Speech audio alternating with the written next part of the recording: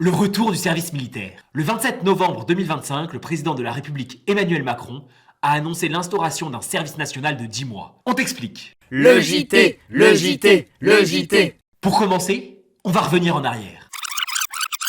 Nous sommes en 1798. La loi Jourdan-Delbrel, née de l'idéal révolutionnaire d'un peuple formé de citoyens soldats, instaure le service militaire en France. Au fur et à mesure du temps et des régimes, d'autres lois sont venues modifier le service militaire, sa durée ou les personnes qui devaient le faire. D'ailleurs, sans doute que dans ta famille, certains de tes proches ont fait leur service militaire. Tes grands-pères par exemple, car ce n'est que le 23 février 1996 que Jacques Chirac, alors président de la République française, annonce la fin du service national. Le service militaire est suspendu pour être remplacé par une journée d'appel de préparation à la défense, la JAPD.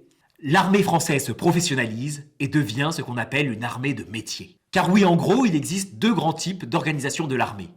Les armées de conscription et les armées de métier. Dans une armée de conscription, l'État réquisitionne, c'est-à-dire exige la participation d'une partie des citoyens dans un but militaire. Dans une armée de métier, il y a exclusivement des militaires professionnels à plein temps et des volontaires qui forment ce qu'on appelle la réserve. Au regard des menaces extérieures et des guerres modernes, avec la fin de la guerre froide et la force nucléaire française, Jacques Chirac a jugé le service militaire inadapté et l'a donc suspendu.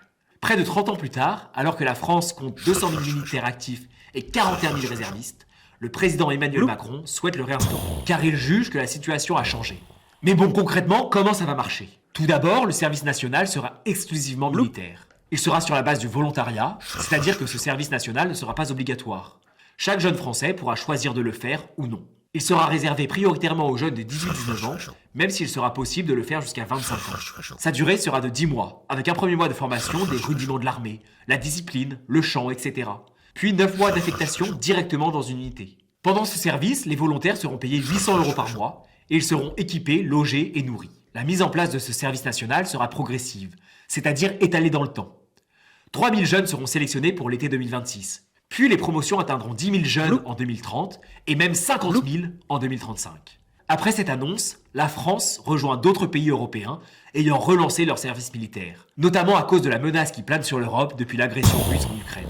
Comme à chaque annonce du président, des réactions politiques ont eu lieu. Alors si cette annonce a été plutôt bien accueillie, certains politiques ont critiqué le coût de ce service national, estimé à 2 milliards d'euros. D'autres ont trouvé l'annonce un peu précipitée, la question d'un service national n'ayant pas du tout été débattue à l'Assemblée nationale. Enfin, des politiques, principalement de gauche, ont critiqué l'aspect uniquement militaire de ce service national, déclarant que cet engagement de 10 mois aurait pu être réalisé au sein d'associations. Bon alors et toi, est-ce que tu aimerais faire ce service national ?